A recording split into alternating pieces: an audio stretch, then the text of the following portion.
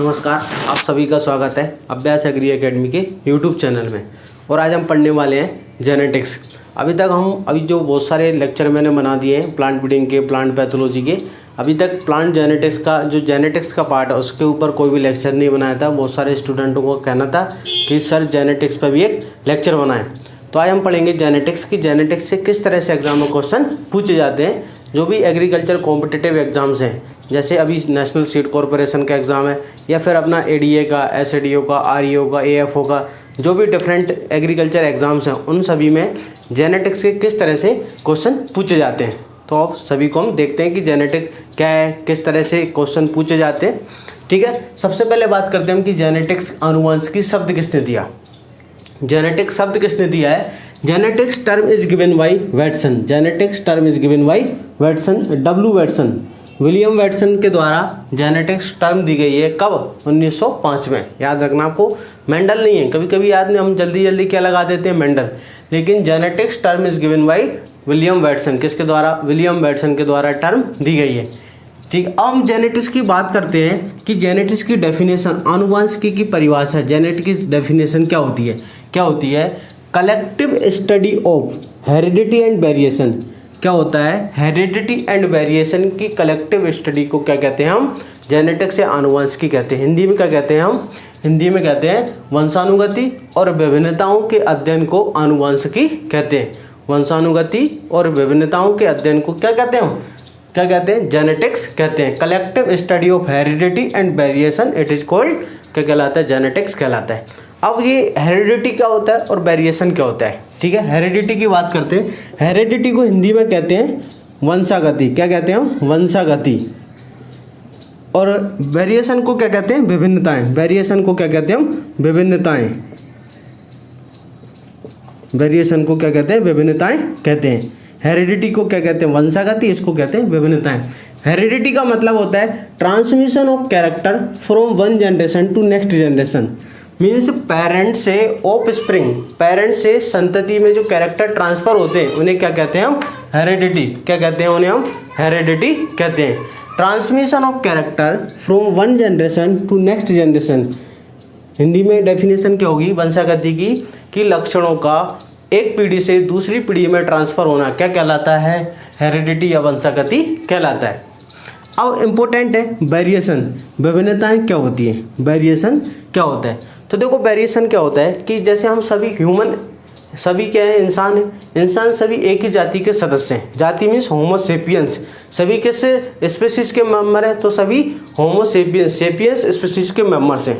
लेकिन जितने भी इंसान हैं, ह्यूमन बीइंग हैं, सबकी जो मॉर्फोलॉजिकल स्ट्रक्चर, सबकी जो शक्ल होती है, सबका जो फेस होता है वो क्या होता है? डिफरेंट होता है। मीन्स सभी में के अंदर कुछ ना कुछ डिससिमिलरिटीज पाई जाती है। मीन्स एक ही स्पीसीज के मेंबर्स के अंदर जो डिफरेंसेस या डिससिमिलरिटीज पाई जाती है उन्हें क्या कहते हैं हम? वेरिएशंस कहते हैं। विभिन्नताएं क्या होती हैं कि जो एक ही जाति, एक ही स्पीसीज के मेंबर्स के बीच में जो असमानताएं पाई जाती हैं या जो डिफरेंसेस होते हैं या जो डिससिमिलरिटीज पाई जाती है उन्हें क्या कहते हैं हम?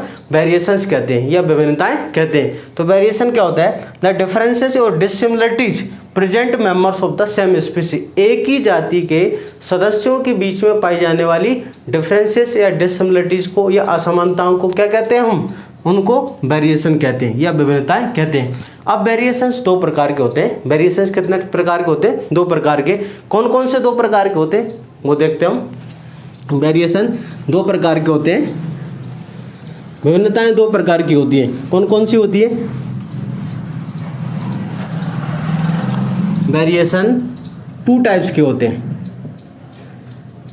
एक होता है सोमेटिक वेरिएशन, सोमेटिक वेरिएशन, और दूसरा होता है जर्मिनल वेरिएशन। दूसरा क्या होता है? Germinal variation.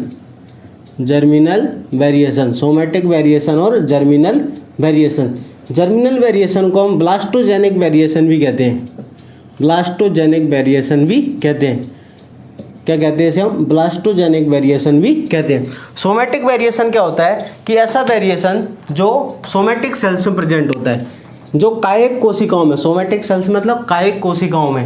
कौन सी सेल्स? कायिक कोशिकाएं।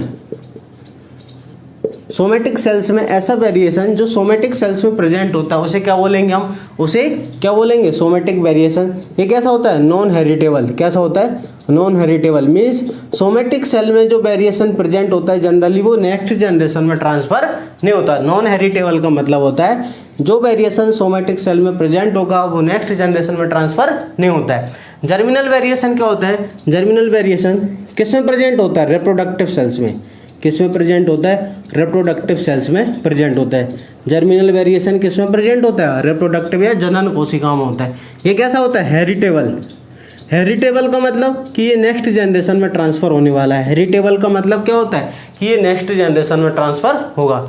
अब ये जर्मिनल वेरिएशन 2 टाइप्स का होता है। जर्मिनल वेरिएशन कितने टाइप्स का, 2 टाइप्स का होता है। कौन से 2 टाइप्स होते हैं, पहला होता है कंटिन्यूस वेरिएशन। पहला कौन सा होता है, कंटिन्यूस वेरिएशन। पहला होता है कंटिन्यूस और दूसरा होता है डिसकंटिन्यूस। डिसकंटिन्यूस, पहला कौन सा होता है, कंटिन्यूस, और दूसरा कौन सा होता है, डिसकंटिन्यूस वेरिएशन। कंटिन्यूस वेरिएशन क्या होता है कि those variation which is present in every generation. ऐसी विभिन्नताएं, ऐसी वेरिएशन जो हर जनरेशन में प्रेजेंट होता है। ऐसा वेरिएशन जो means every generation, F1, F2, F3, F4, F5, means ऐसी विभिन्नताएं जो हर जनरेशन में प्रेजेंट होती है उसे क्या कहते हैं हम, कंटिन्यूस वेरिएशन कहते हैं। एग्जाम में पूछा जाता है कि कंटिन्यूस वेरिएशन का सोर्स क्या है, कि कंटिन्यूस वेरिएशन आते कहाँ से हैं। तो कंटिन्यूस वेरिएशन का सोर्स क्या होता है, कंटिन्यूस वेरिएशन का सोर्स क्या होता है, क्रॉसिंग ओवर। क्या होता है, क्रॉसिंग ओवर। आपको पता है जब भी मियोसिस होगा, हर जनरेशन में मियोसिस होगा तो क्या होगी, क्रॉसिंग ओवर। क्रॉसिंग ओवर किस में होती है, पैकेटिन स्टेज में। मियोसिस प्रोफेज फर्स्ट की पैकेटिन स्टेज में क्या होगी, क्रॉसिंग ओवर। तो हर जनरेशन में क्रॉसिंग ओवर होगी, तो हर जनरेशन में क्रॉसिंग ओवर होगी तो क्या होगा, वेरिएशन भी हर जनरेशन में प्रेजेंट होगा। तो कंटिन्यूस वेरिएशन हर जनरेशन में प्रेजेंट होते हैं। कंटिन्यूस वेरिएशन का सोर्स क्या होता है, क्रॉसिंग ओवर होता है। क्या होता है, क्रॉसिंग ओवर होता है। डिसकंटिन्यूस वेरिएशन क्या होते हैं कि ऐसे वेरिएशन जो हर जनरेशन में प्रेजेंट नहीं होती। हिंदी में कहते हैं असतत विभिन्नताएं। हिंदी में कहते हैं असतत विभिन्नताएं। असतत विभिन्नताएं, असतत विभिन्नताएं क्या होती है, जो एवरी जनरेशन में प्रेजेंट नहीं होती, उन्हें क्या बोलते हैं, discontinuous variation. Means those variation which is not present in every generation, it is called discontinuous variation. उसे क्या बोलते हैं हम, डिसकंटिन्यूस वेरिएशन कहते हैं। इसका जो सोर्स होता है, डिसकंटिन्यूस वेरिएशन का सोर्स क्या होता है, म्यूटेशन। डिसकंटिन्यूस वेरिएशन का सोर्स क्या होता है, म्यूटेशन होता है।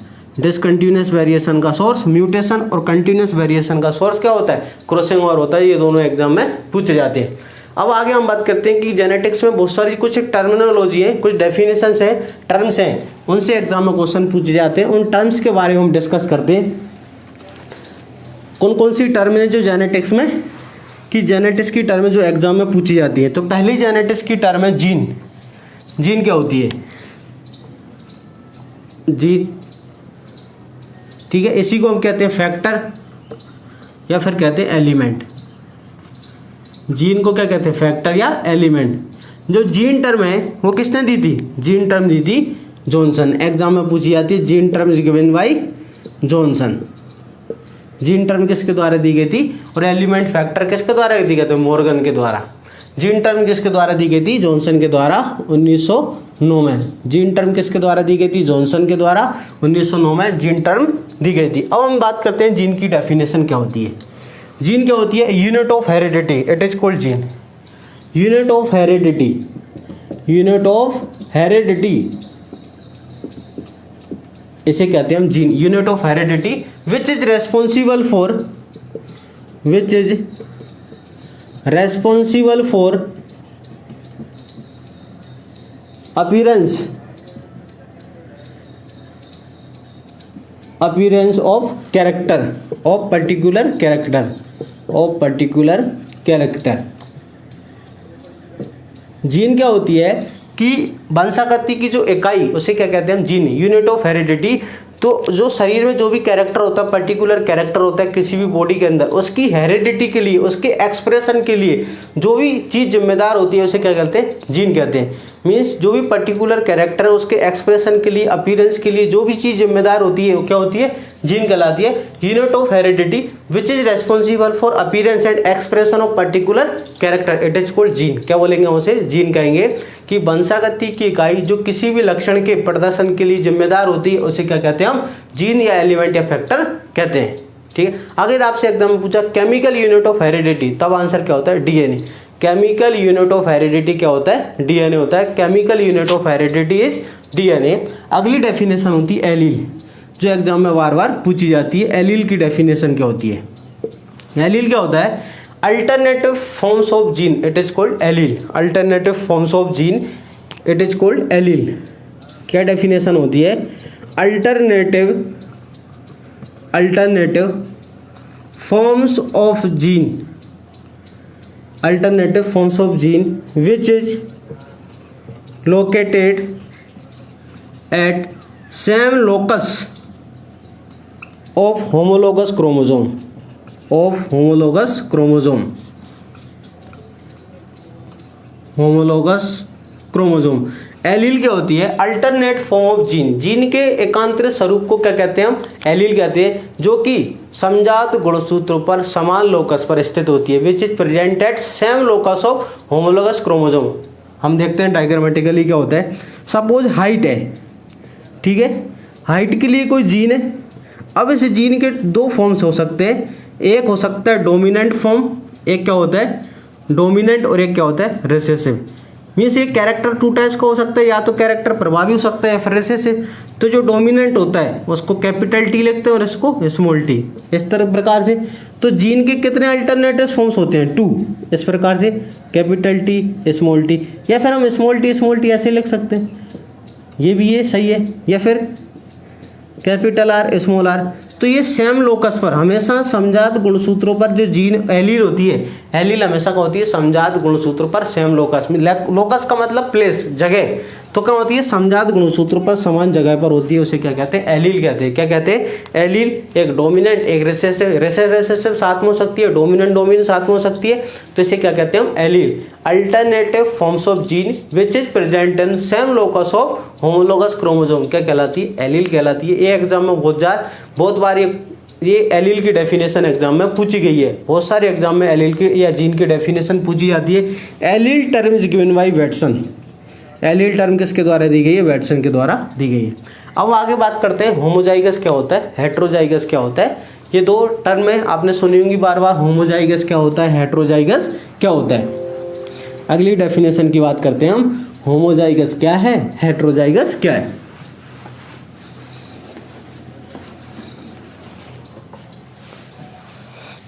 अगली डेफिनेशन है हमारी होमोजाइगस।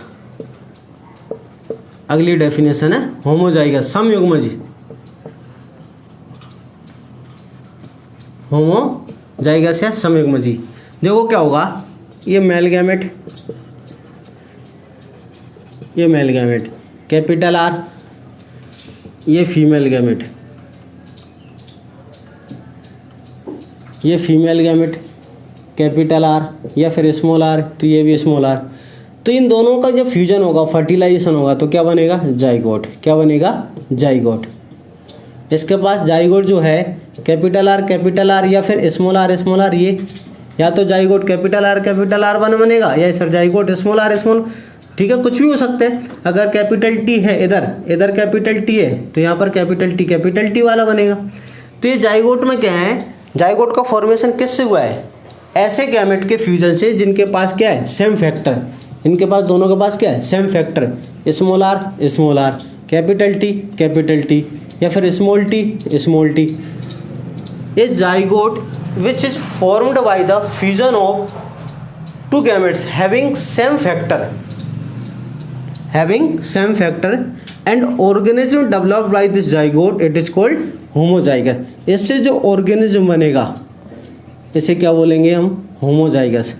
इसे क्या बोलेंगे, होमोजाइगस। होमोजाइगस का मतलब होता है अगर जो भी ऑर्गेनिज्म उसके पास अगर दोनों फैक्टर समान होते हैं, अगर जीन के दोनों फैक्टर, एलील के दोनों फैक्टर क्या होते हैं, समान होते हैं, तो इसे क्या बोलते हैं, समयुग्मजी अवस्था कहते हैं। ऐसा जाइगोट जिसका फ्यूजन, जिसका निर्माण किससे हुआ है, जिसका निर्माण ऐसे गैमेट के फ्यूजन से हुआ है जिनके पास दोनों के पास कहते हैं समान फैक्टर थे, उससे जो ऑर्गेनिज्म बनेगा उसको होमोजाइगोट्स, आर्य संख्या बोलेंगे होमोजाइगोट्स। जाइगोट को कहते हैं होमोजाइगोट, उससे जो ऑर्गेनिज्म बनेगा उसे क्या बोलेंगे, होमोजाइगस। क्लियर हो गया। होमोजाइगस का मतलब क्या है कि ऐसा ऑर्गेनेज जिसके पास दोनों फैक्टर समान होते हैं, means capital R homozygous, small R homozygous, capital T homozygous, small T homozygous, capital Y homozygous, ये सभी क्या होते हैं होमोजाइगस कंडीशन। मीन्स अगर दोनों फैक्टर सेम होते हैं उसे क्या बोलते हैं हम होमोजाइगस कहते हैं। अब अगला है हेट्रोजाइगस। अगला क्या हमारा हेट्रोजाइगस का मतलब होता है विषम युग्मजता। हेट्रोजाइगस का मतलब क्या होता है विषम युग्मजता।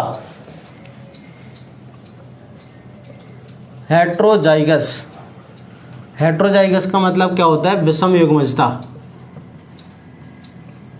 क्या होता है अभी मैंने आपको बताया कि जो गैमेट मेल गैमेट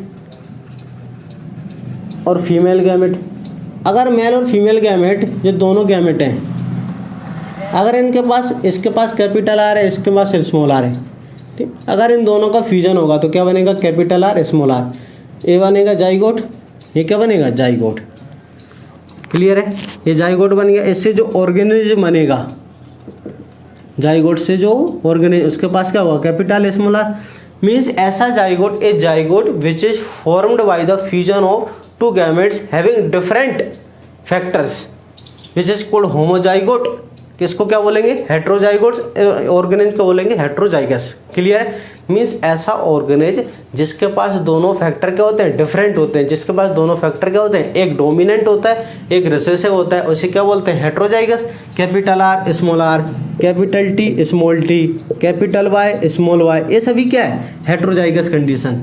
मीन्स ऐसा ऑर्गेनिज्म जिसके पास जोड़ी के दोनों फैक्टर्स या पेयर के दोनों फैक्टर क्या होते हैं डिफरेंट होते हैं, तो इसे क्या कहते हैं हम, जैसे हम विषम युग्मजीय अवस्था या फिर हेट्रोजाइगस कंडीशन कहते हैं। क्लियर हो गया। अब आगे पढ़ते हैं। एक होता है हेमीजाइगस, ये बहुत ही कम स्टूडेंटों ने इसके बारे में सुना है। हेमीजाइगस क्या होता है, हेमीजाइगस कंडीशन की बात करते हैं हम।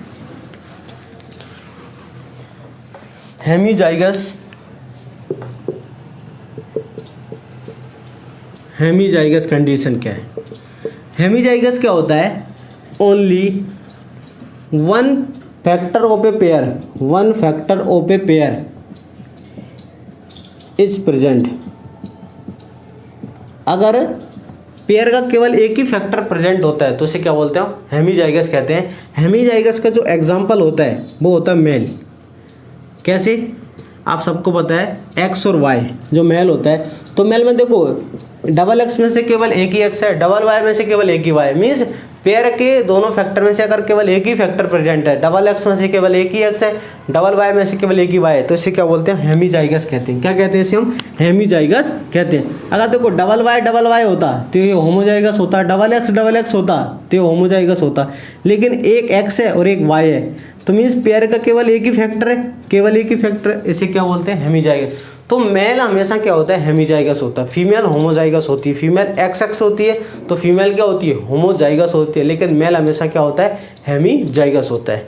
क्लियर है। होमोजाइगस, हेट्रोजाइगस, हेमीजाइगस, ये तीनों जो टर्म दी गई है, ये तीनों टर्म किसके द्वारा दी गई है वैटसन के द्वारा। तीनों टर्म किसके द्वारा दी गई है वैटसन के द्वारा दी गई है। तीनों टर्म किसके द्वारा दी गई है वैटसन के द्वारा दी गई है।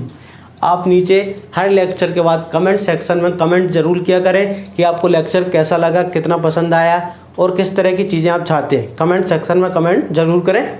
आगे बढ़ते हैं और अपने दोस्तों को शेयर भी करें, लाइक करें। आगे बढ़ते हैं हम अगली डेफिनेशन। फिनोटाइप जीनोटाइप क्या होते हैं। फिनोटाइप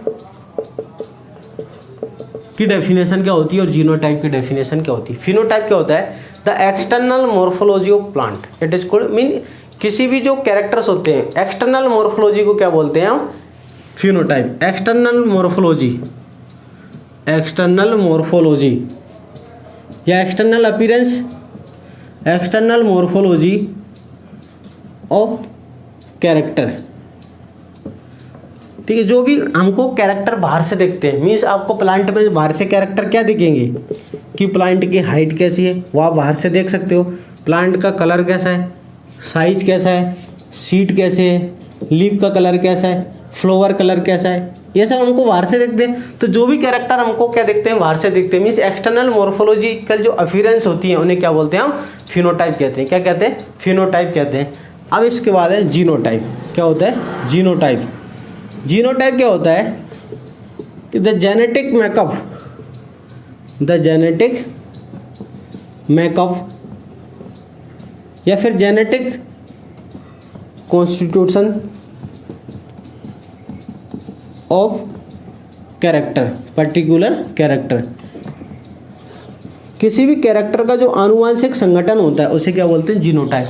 किसी भी लक्षण का जो जेनेटिक मेकअप होता है उसे क्या बोलते हैं हम, क्या कहते हैं उसे हम, जीनोटाइप। जैसे समझो आप कि प्लांट आपको बाहर से क्या दिख रहा है, लंबा। प्लांट आपको बाहर से क्या दिख रहा है, टोल दिख रहा है। तो इस टोल के पीछे क्या जिम्मेदार है, या तो कैपिटल टी होगा प्लांट का, या स्मॉल ये होगा। प्लांट को आपको बाहर से कैसा दिख रहा है, टोल लंबा दिख रहा है। तो ये लंबा दिख रहा है, ये तो क्या है, फिनोटाइप। ये लंबा जो दिख रहा है वो क्या है, फिनोटाइप। लेकिन इस लंबेपन के लिए कौन सी जीन रेस्पॉन्सिबल है, क्या जीनोटाइप है उसका। अरे तो ये जो जेनेटिक मेकअप है ये क्या है, दोनों जीनोटाइप। क्या है, इसी को कहते हैं हम जीनोटाइप और इसे कहते हैं फिनोटाइप। बाहर से जो दिखता है वो क्या है, फिनोटाइप। लेकिन जो हमको दिख रहा है उसके पीछे डीएनए में जो जीन्स होती है वो किस प्रकार से होती है, जीनोटाइप। जेनेटिक मेकअप क्या है, उसे क्या कहते हैं हम, जीनोटाइप। मीन्स उसका आनुवंशिक संगठन कैसा है। क्लियर है। तो इन दोनों को क्या बोलेंगे हम, जीनोटाइप बोलेंगे। इसको क्या बोलेंगे, फिनोटाइप। अगर प्लांट क्या है, डॉर्फ है। अगर प्लांट क्या है, हाइट उसकी कम है, बोना है, तो क्या होगा, स्मॉल टी। तो ये क्या होगा, जीनोटाइप होगा। और ये क्या होगा, फिनोटाइप होगा। तो आपको समझ आएगा वो जीनोटाइप फिनोटाइप क्या होते हैं। तो genotype phenotype term is given by Johnson. Genotype phenotype term दोनों किसने दी है, जॉनसन के द्वारा दी गई है। आपको याद रखना है, genotype phenotype term is given by Johnson. Genotype phenotype term is given by Johnson के द्वारा दोनों टर्म दी गई है। यहाँ तक आपको क्लियर है। एक टर्म हो रहा है फिनोकॉपी। क्या होती है, फिनोकॉपी क्या होती है। अगली जो हमारी डेफिनेशन है वो है फिनोकॉपी। फिनोकॉपी क्या होती है,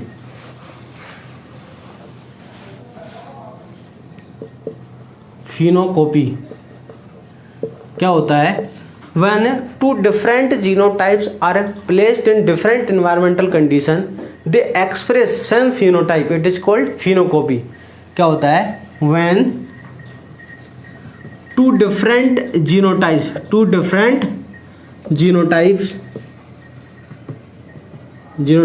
placed in different environmental condition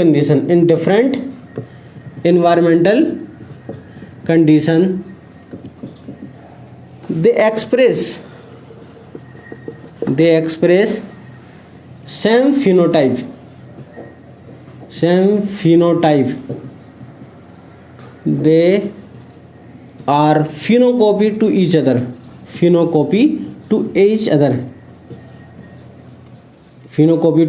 other। वो आपस में क्या होते हैं, एक दूसरे के क्या होते हैं, वो आपस में एक दूसरे के क्या होते हैं, फोटोकॉपी। जैसे सपोज ए जीनोटाइप है और ये बी जीनोटाइप है। ठीक है, क्लियर है। ये दोनों एक इंदौर में के अंदर ग्रो किया गया है, एक प्लांट को देवास के अंदर। अगर दोनों का जीनोटाइप अलग अलग है लेकिन दोनों का फिनोटाइप क्या आता है, सेम आता है, तो इसको क्या बोलेंगे हम, जैसे क्या बोलेंगे, फिनोकॉपी। क्या बोलेंगे इसे हम, फिनोकॉपी। अगर दो डिफरेंट जीनोटाइप्स को ठीक है अलग अलग जगह पर हम क्या करते हैं, ग्रो करते हैं, प्लेस्ड करते हैं। अगर इन दोनों के द्वारा सेम फिनोटाइप एक्सप्रेस किया जाता है तो इसे क्या बोला जाता है, फिनोकॉपी। वो आपस में क्या होंगे, मतलब एक दूसरे की फोटोकॉपी है। ठीक है, तो इसे क्या बोलेंगे, आपस में क्या बोलते हैं हम, फिनोकॉपी कहते हैं। तो जो डिफरेंट टर्म्स थी जो जेनेटिक्स से रिलेटेड थी वो मैंने आपको बताया कि क्या क्या इंपॉर्टेंट टर्म्स है जो एग्जाम में पूछी जाती हैं। बहुत ही इंपॉर्टेंट टर्म्स थी जो एग्जाम में पूछी जाती है। आगे हम बात करते हैं। जेनेटिक्स का मेन जो फादर है वो कौन है, मेंडल। जेनेटिक्स का जो फादर है वो कौन है, आप सभी को पता है, ग्रेगर जॉन मेंडल। जेनेटिक्स की जो फादर है वो कौन है, ग्रेगर जॉन मेंडल। जेनेटिक्स के फादर कौन है, G.J. मेंडल। ये क्या है, जेनेटिक्स के फादर। आपसे पूछेंगे मॉडर्न जेनेटिक्स का फादर। मॉडर्न जेनेटिक्स का फादर होता है W. जितने भी एग्रीकल्चर बुक्स हैं उन सभी में गलत आंसर लिखा है, उनमें क्या लिखा है, टी.एच. मॉर्गन लिखा है, जो कि गलत आंसर है। टी.एच. मॉर्गन क्या होता है, टी.एच. मॉर्गन एक्सपेरिमेंटल जेनेटिक्स का फादर होता है। Experimental genetics, TH. मॉर्गन किसका फादर है, एक्सपेरिमेंटल जेनेटिक्स का फादर होता है टी.एच. मॉर्गन। टी.एच. मॉर्गन किसका फादर है, एक्सपेरिमेंटल जेनेटिक्स का फादर होता है, ठीक है। लेकिन जो एग्रीकल्चर की बुक्स हैं, कॉम्पिटेटिव जितनी बुक्स चलती है, मैं आपको यहाँ पर किसी का नाम नहीं लूँगा, उन सभी में गलत आंसर दिया है। लेकिन जो नीट की किताबें हैं, बायोलॉजी की जो पीएमटी की एग्जाम होता है, उन सभी के अंदर क्या आंसर है, डब्ल्यू वैटसन। तो ठीक है, वो करेक्ट आंसर है, TH. Morgan is the father of experimental genetics. आगे बात करते हैं हम कि जेनेटिक्स का कर्ता धर्ता कौन है, मेंडल। तो मेंडल के कहाँ पैदा हुआ था, कहाँ पर बर्थ हुई थी, कब इसकी डेथ हुई थी, क्या एक्सपेरिमेंट किए थे, उन सब पर बात कर लेते हैं। कि जो मेंडल है, इसकी जो बर्थ है, मेंडल वाज बोर्न 22 जुलाई 1822।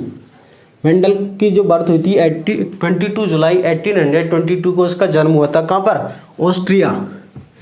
किस कंट्री में, ऑस्ट्रिया कंट्री में हुआ था। लेकिन जिस गांव में हुआ था, अभी प्रेजेंट में जो गांव है, अब वो ऑस्ट्रिया के अंदर नहीं आता, वो आते हैं चेकोस्लोवाकिया कंट्री में। किस में आता है, ये एक यूरोपियन कंट्रीज है। अरे कौन सी है, द वेटिकन सिटी, आपको पता है, द वियना, ऑस्ट्रिया की राजधानी होती है वियना। लेकिन प्रेजेंट में जो मेंडल का गांव था, अभी वो अलग हो गया कंट्री, ऑस्ट्रिया से एक अलग कंट्री हो गया, उसका नाम है चेकोस्लोवाकिया। आपने नाम सुना होगा, चेकोस्लोवाकिया। तो ये एक नई कंट्री है, प्रेजेंट में भी इसका गांव यहाँ आता है।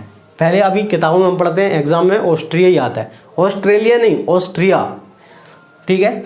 मेंडल ने क्या किया, गार्डन पी पर, किस पर, गार्डन पी के ऊपर एक्सपेरिमेंट किए, मटर, गार्डन पी, पाइसम सैटाइवम, पाइसम सैटाइवम के ऊपर क्या किए, एक्सपेरिमेंट किए।